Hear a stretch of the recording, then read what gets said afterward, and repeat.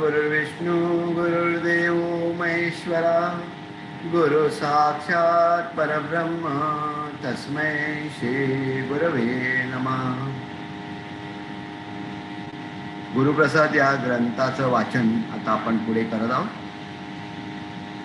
शेवटचा जो अध्याय आहे याच्यामधला, त्याच्यामध्ये उपसंहार या इंग्रजीमध्ये याला एपिलॉग म्हणतात. तर उपसंहार किंवा एपिलॉगचा अर्थ काय? तर जे काय आतापर्यंत या ग्रंथामध्ये लिहिलेलं आहे त्याच्याविषयीची संपूर्णता किंवा पूर्णता, त्याच्याविषयीची माहिती ही या शेवटच्या अध्यायामध्ये दिलेली आहे. त्याला आपण उपसंहार म्हणतो किंवा आपण एपिलॉग म्हणतो इंग्लिशमध्ये.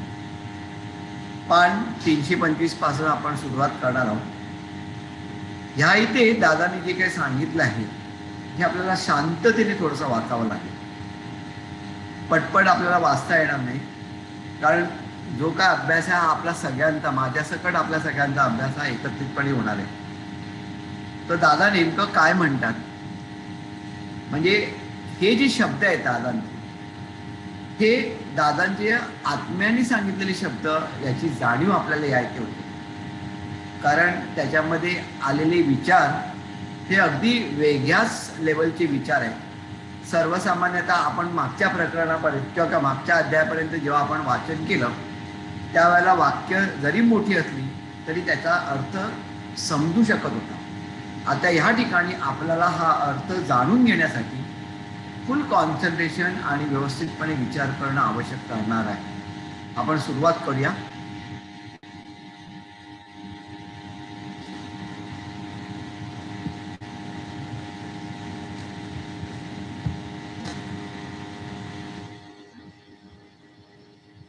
श्री सद्गुरु साईनाथ माऊलींच्या चरणी अनन्य भक्ती वावरीने प्रणिपात. म्हणजे सर्वात आधी वंदने दादांनी आपले जे गुरु आहेत, आपले गुरु म्हणजे त्यांचे गुरु, त्यांना त्यांच्या प्रणिपात केला. म्हणजे याचा अर्थ त्यांनी प्रार्थना कशी केली आणि त्याच्यानंतर आता त्यांनी सुरुवात केली.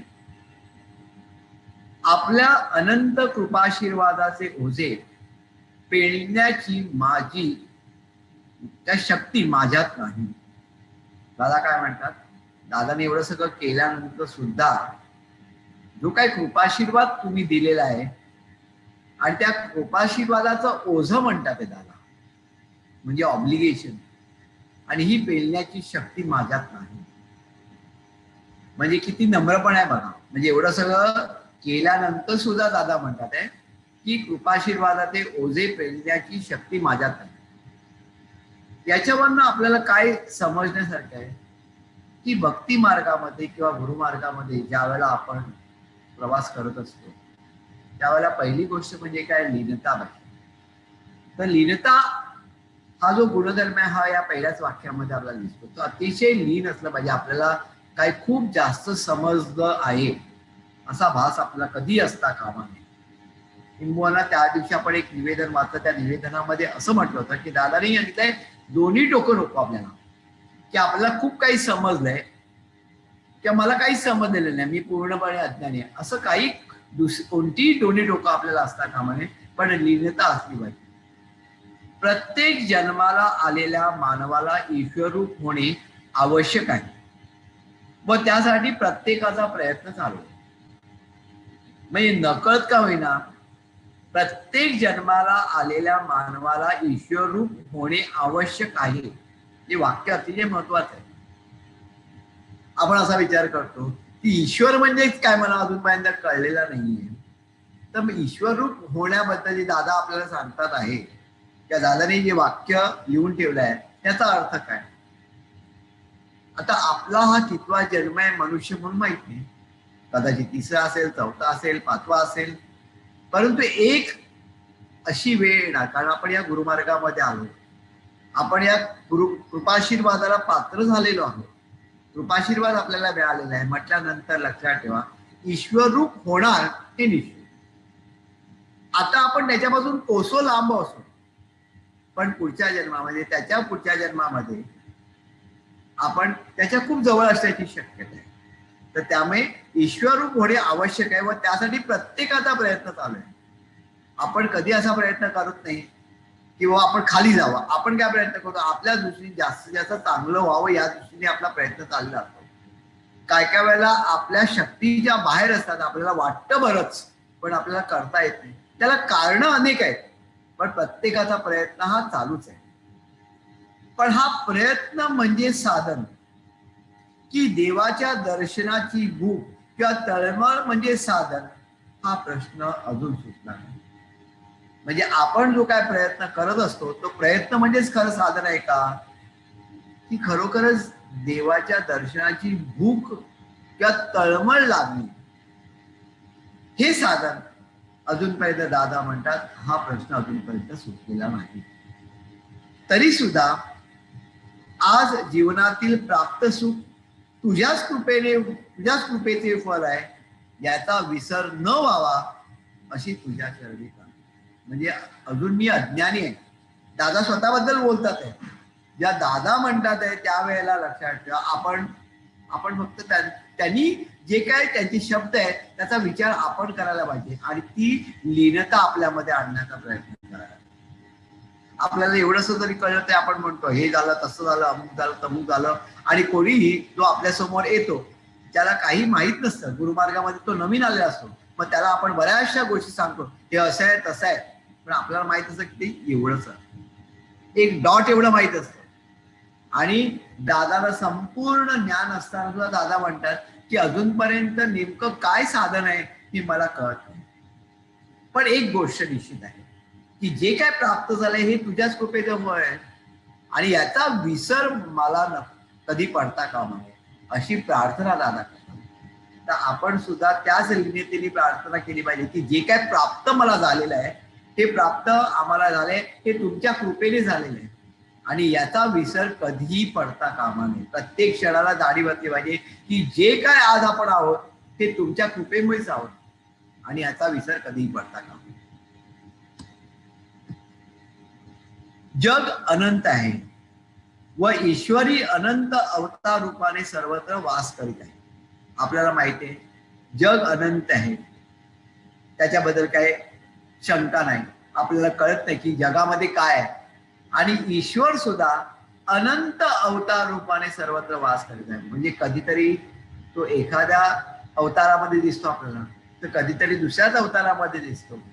तर आपल्याला माहित नाही की नेमका त्याच्यामध्ये त्या अनंत अवतार रूपाने तो वास करत आहे, पण त्याला पाहणे सहजासहजी साध्य होत. आपल्याला ओळखता येतो का की बाबा आपल्या समोर एखादा भिकारी असेल, त्या भिकाऱ्यामध्ये सुद्धा आपला ईश्वर असू शकतो, एखाद्या प्राण्यामध्ये ईश्वर असू शकतो. तर आपल्याला तो ओळखता येत नाही. कारण का, तर अजूनपर्यंत आपली तेवढी उन्नती झालेली नाही. आपण प्रयत्न करतो परंतु आपल्याला दिसतो का नाही. तर त्याला पाहणे सहजासहजी साध्य होते. त्या दिवशी आपण एक गोष्ट बघितली होती, त्या गोष्टीचा उल्लेख मला पुन्हा एकदा करावा लागतो कारण काही लोकांनी ऐकली असेल काही लोकांनी नाही ऐकली असेल. की एक लहान मुलगा असतो, तो आपल्या आईला नेहमी विचारत असतो की आई देव कसा असतो ग, देव कुठे असतो. तर आईला त्याचं काही उत्तर नसतं. आई म्हणते त्याला एक गोष्ट लक्षात ठेव, देव कोणत्याही रूपात येऊन आपल्याला भेटू शकतो, फक्त तुझी तळमळ पाहिजे तशी भेटायची. तो कधीही येऊन भेटू शकतो.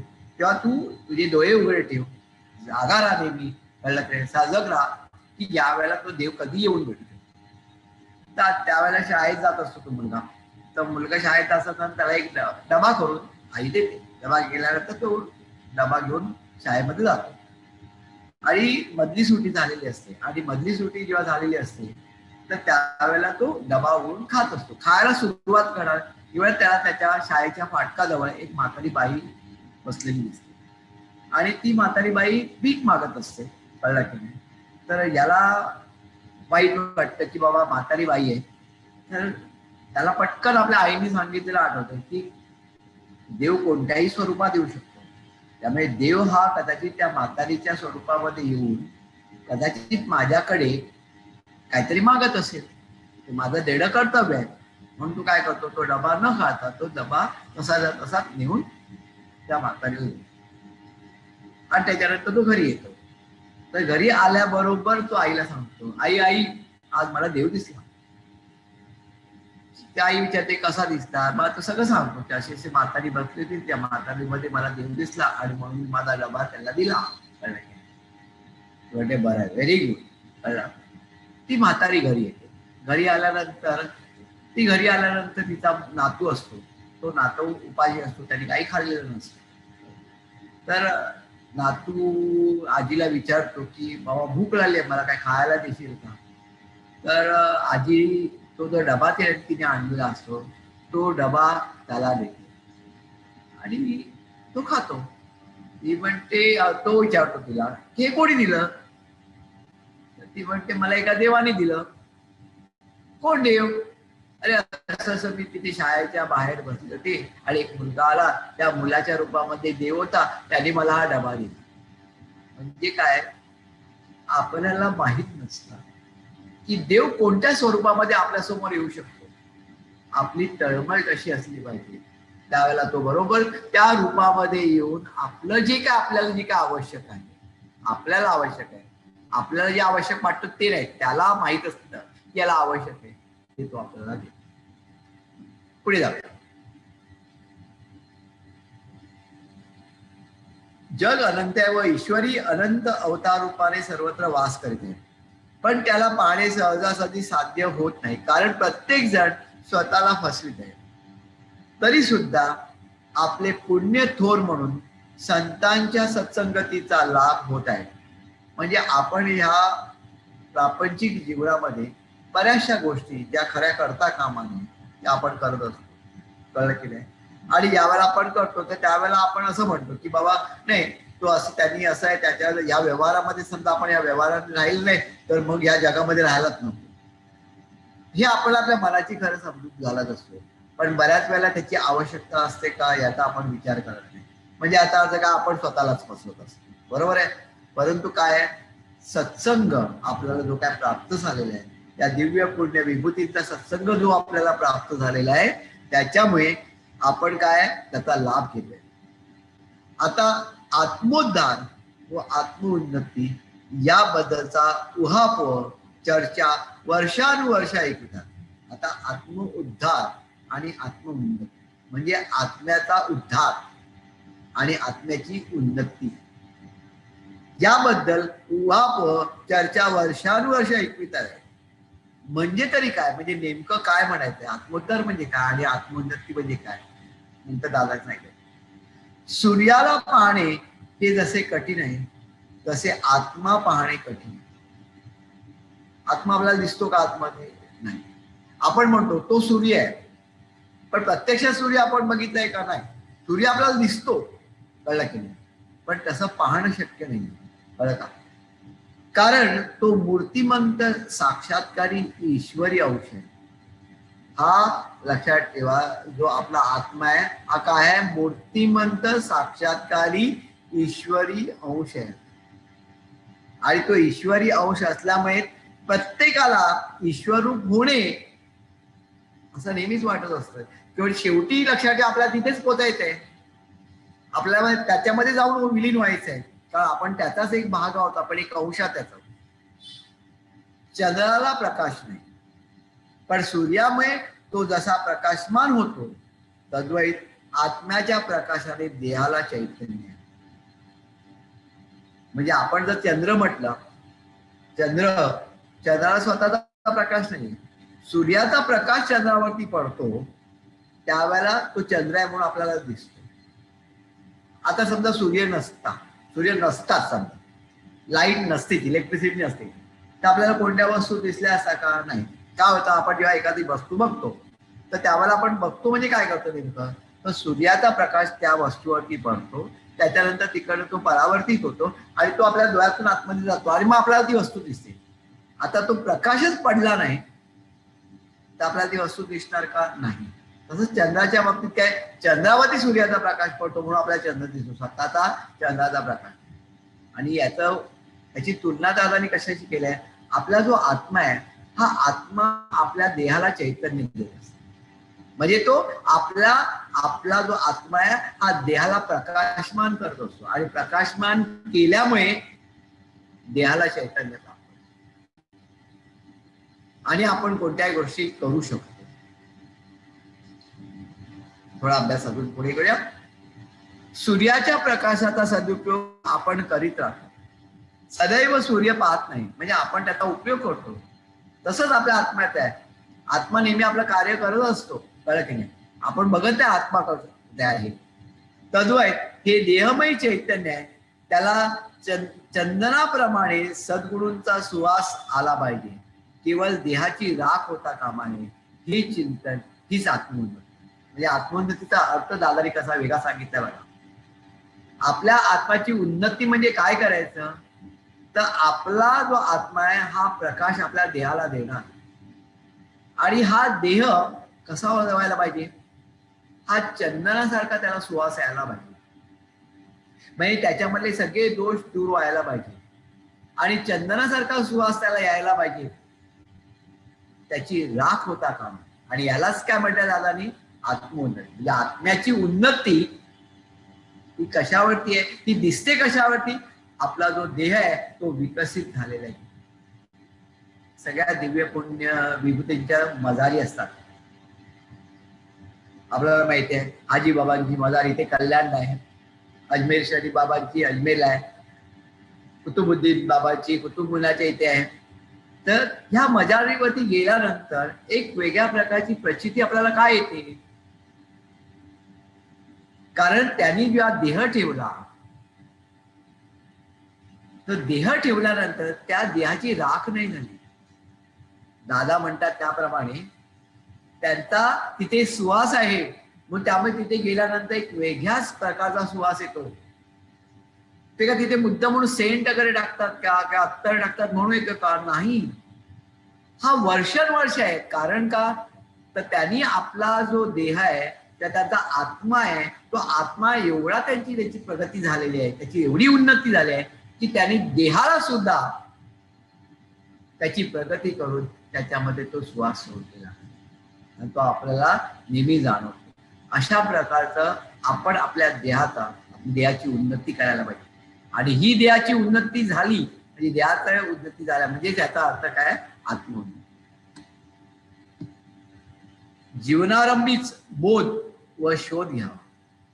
बोध म्हणजे काय, समजून घ्यायचं काय करायचं, आणि शोध घ्यावा म्हणजे आपल्याला त्या दृष्टिकोनातून पावलं टाकायचं.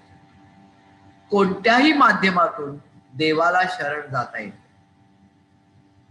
वेगवेगळी मार्ग आहेत. आपल्याला सांगितलंय की या वेगवेगळ्या मार्गाने आपण देवाकडे पोहोचू शकतो. तेथे भक्ती श्रेष्ठ की ज्ञान श्रेष्ठ हे विचारात न घेता आपली ईश्वराबद्दलची श्रद्धा श्रेष्ठ हे उत्तर मिळेल. म्हणजे महत्वाचं काय, कोणतं साधन हे महत्वाचं नाही, ती श्रद्धा निर्माण कशाने होते ना, ती श्रद्धा निर्माण व्हायला पाहिजे. ती श्रद्धा जास्त महत्वाची आहे. मग ती भक्ती मार्गाने होऊ दे, ज्ञान मार्गाने होऊ दे, महत्वाचं काय, ईश्वराबद्दलची श्रद्धा निर्माण होते. कारण भक्ती किंवा ज्ञान हे जरी श्रेष्ठ आहे तरी स्वतःला त्याबद्दल प्रेम निर्माण व्हावयाच पाहिजे. म्हणजे भक्ती मार्गाने जायचं किंवा ज्ञान मार्गाने जायचं. आता काही लोकांची भक्ती नसते, लक्षात ठेव, कळलं की नाही, आणि त्यांचं ज्ञानही नसतं, अशिक्षित असतात, परंतु त्यांची श्रद्धा असते, निष्ठा असते ईश्वराबद्दल. ही श्रद्धा की ही निष्ठा दादा काय म्हणतात ती महत्वाची. कोणता मार्ग ते महत्वाचं नाही, मार्ग दुय्यम आहे आणि हाच खरा साक्षात्कार. त्यामुळे फक्त ज्ञानी असलेला हा ईश्वराच्या जवळ असतो किंवा भक्ती मार्गामध्ये बुडालेलाच ईश्वराच्या जवळ असतो असं नाही. तर ज्याची निष्ठा आणि श्रद्धा देवाबद्दलची असते त्या ईश्वराबद्दलची असते ते सर्वात जास्त महत्वाचं आहे. आणि त्याला दादा काय म्हणतात, साक्षात्कार. हे साधन झालं किंवा माध्यम झालं, त्या माध्यमातून आपण ईश्वराकडे जाऊ शकतो, परंतु ते माध्यम महत्वाचं नाहीये. आपण डायरेक्टली आपली निष्ठा ही जास्त सर्वात महत्वाची. तेच आपल्याला दादा सांगण्याचा प्रयत्न करतो. देवाच्या अस्तित्वाचा भास होणे ही अवसात मुळात भास आहे. वाक्य पुन्हा वाक्य. देवाच्या अस्तित्वाचा भास होणे ही अवस्थाच मुळात भास आहे. आता देवाच्या अस्तित्वाचा भास म्हणजे देव आहे असं कुठेतरी जाणवणं, ही अवस्थाच मुळात भास आहे. म्हणजे ती कळणं सोपं नाहीये, तिथपर्यंत आपण पोहोचूच शकत नाही. या जगात ईश्वराचे अस्तित्व कशात नाही. दादाने ताबडतोब आता त्याचा एक्सप्लेनेशन दिलंय, कशामध्ये अस्तित्व नाही. आपण काय करत असतो, अस्तित्वाचा त्याचा भास लक्षात ठेवा. कशात आपल्याला मिळणार याची कल्पना नसते आपल्याला, कशातही मिळू शकतो आपल्याला. त्यामुळे याच्यामध्ये अस्तित्व मिळेल, याच्यामध्ये ईश्वराचं अस्तित्व आहे, याच्यामध्ये ईश्वराचं अस्तित्व आहे हे नाही. कशात देव आपला दादा म्हणतात की ईश्वर नाही. स्वतःच्या ठिकाणी असूनही त्याचा जर आपल्याला अभाव जाणवतो आहे तर मुळात ज्याची कार्ययोजना निराकार आहे तो आपल्या इच्छेने साकार होईल काय. आपल्या ठिकाणी असलेला ईश्वर जर आपल्याला माहित नसेल आणि जर आपण इतर ठिकाणी शोधण्याचा जर आपण प्रयत्न केला तर आपल्याला तो ईश्वर समजू शकेल का की बाबा हा ईश्वर आहे म्हणून. म्हणजे सर्वात महत्वाची गोष्ट काय की स्वतःकडे ईश्वर आहे हे जाणून घ्या. मग आतमध्ये जर हा ईश्वर माझ्यामध्ये बसलेला आहे तर मी ईश्वरासारखा वागला पाहिजे. माझ्यामध्ये जे काय अवगुण आहे ते अवगुण त्याचा त्याग मी केला पाहिजे, ते काढून टाकले पाहिजे, याचा प्रयत्न मी करायला पाहिजे. सगळं काढणं शक्य नाही लक्षात ठेवा. शेवटी आपण मनुष्य आहोत, परंतु आपल्यामध्ये बदल होतो आहे की नाही हे कोण सांगेल. साहजिकच आहे, जे आपल्या सानिध्यात येतात तेच सांगणार की हा मनुष्य आधी 10 वर्षापूर्वी हा असा तापट होता, असं बोलायचा, असा वागायचा, आणि 10 वर्षानंतर याच्यामध्ये एवढा फरक पडतो. म्हणजे आपल्यामधला आतमधला ईश्वर आपण शोधण्याचा प्रयत्न करायला पाहिजे. तर मुळात ज्याची कार्ययोजना निराकार आहे तो आपल्या इच्छेने साकार होईल काय. म्हणजे आपण काय म्हणतो की ईश्वर हा निराकार आहे, म्हणजे त्याला कोणत्याही प्रकारच्या आपण आता असं म्हणतो की बाबा फोटोमध्ये आपण ईश्वर बघतो, पण आपण त्याला सीमित करतो. पण तो सीमित आहे का? नाही. तो सगळीकडे आहे, सर्वत्र आहे, अनंत रूपी आहे. म्हणजे तो निराकार आहे, त्याला आकार नाही. मग ज्याला आकार नाही तो आपण आपल्या कल्पनेने त्याला साकार करण्याचा प्रयत्न करतो, म्हणजे त्याला आपण आकार देण्याचा प्रयत्न करतो. हे शक्य आहे का दादा म्हणतात आपल्या इच्छेने? नाही.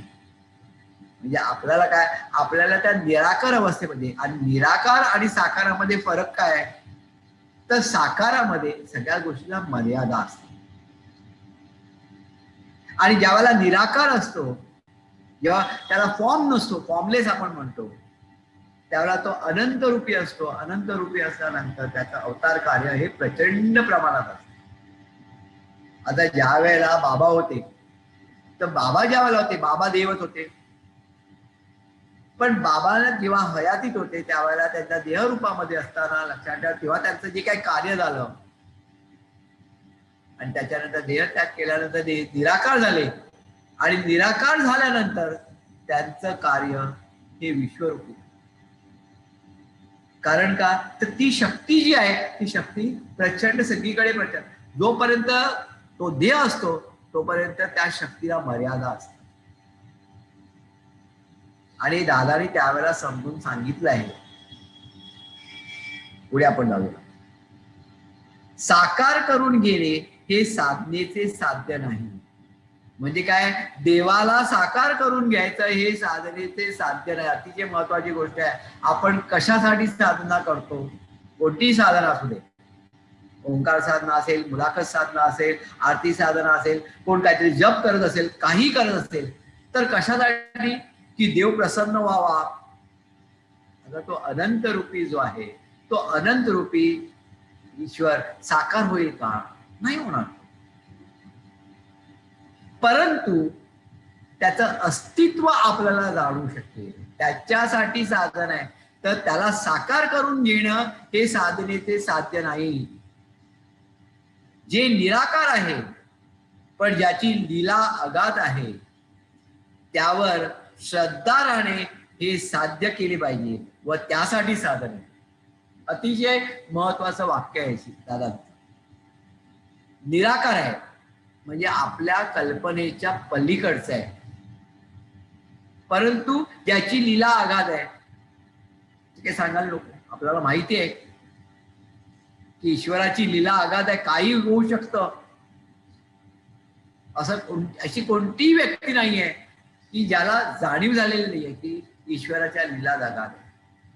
त्यावर श्रद्धा राहणे म्हणजे त्याची ही लीला अगाध आहे, त्याच्यावरती श्रद्धा राहणे हे साध्य केले पाहिजे. हे आपल्याला साध्य करायला पाहिजे. म्हणजे ती श्रद्धा माझी कोणत्याही परिस्थितीत ढळता कामा नये. मग माझ्या जीवनामध्ये समजा माझ्या मनाप्रमाणे एखादी गोष्ट घडली नाही, काही अडचण निर्माण झाला की आपली ती श्रद्धा ढळते. तर ती अढळ असली पाहिजे, अढळ असली पाहिजे की बाबा नाही काही जरी झालं तरी ईश्वर आहे, त्याची लीला जागा आहे. मला त्रास झाला असेल कदाचित, ओके, कारण माझ्या कर्मामुळे मला तो त्रास झाला असेल, म्हणजे माझ्या मनासारखे. आणि ही श्रद्धा ढळू नये याच्यासाठी काय साधन आहे. दादानी ह्या पूर्ण अध्यायामध्ये एक वेगळ्याच प्रकारचं मार्गदर्शन केलेलं आहे. आज आपण इथपर्यंत आलो. पुढच्या वेळेला इकडनं पुढे जाण्याचा प्रयत्न करू, अभ्यास करण्याचा प्रयत्न करू. हाच अध्याय ज्या वेळेला आपण पुढच्या वेळेला वाचू, त्याच्या पुढच्या वेळेला वाचू, त्याच्या पुढच्या वेळेला जेव्हा वाचू, तर प्रत्येक जण आपापल्या परीने जेव्हा आपण याचा अभ्यास करू तेव्हा अजून दादांना काय सांगायचंय, याच्या पलीकडे काय सांगायचंय त्याचं ज्ञान होईल. आज जे काय आपल्याला सुचलं त्याचा अभ्यास आपण केला, अशाच प्रकारचा अभ्यास आपण पुढे करण्याचा प्रयत्न करू. नमस्कार. सच्चिदानंद सद्गुरु साईनाथ महाराज की जय. श्री गुरुदेव दत्त सदानंदाचार्य को. सच्चिदानंद सद्गुरु श्री पंत महाराज की जय. श्री गुरुदेव दत्त श्री सद्गुरुनाथ दादा महाराज की जय. श्री गुरुदेव दत्त.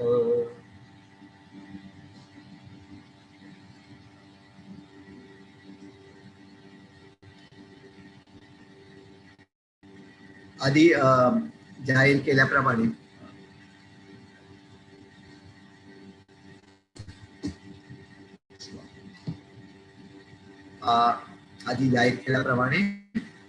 पुढच्या महिन्याचे कामकाजाचे दिवस आपण ऑलरेडी अनाऊन्स केलेले आहे. वेबसाईटवरती जाऊन तुम्हाला पुढच्या महिन्याचे दिवस मिळू शकतो. पुढच्या महिन्यामध्ये आपला अजून एक उत्सव आहे, तो म्हणजे लक्ष्मीपूजन. तर लक्ष्मीपूजनाचं निवेदन 1 तारखेला म्हणजे रविवारी तुम्हाला वेबसाईटवरती मिळू शकेल. आणि आपण सुद्धा या इकडे जेव्हा आपण आरतीला भेटतो किंवा आपण ओंकार साधनेला भेटतो त्यावेळेला ते निवेदन या इथे सुद्धा देण्याचा आम्ही प्रयत्न करतो. त्याप्रमाणे आपल्याला लक्ष्मीपूजन त्यावर्षी करायचं. आणि आधी जाहीर केल्याप्रमाणे आपण आदिवासी भागामध्ये जे काही सामान पाठवतो आपल्याला त्याचा उपयोग नाही, परंतु दुसऱ्यांना त्याचा उपयोग आहे आणि चांगल्या स्थितीमध्ये असलेले कपडे वगैरे.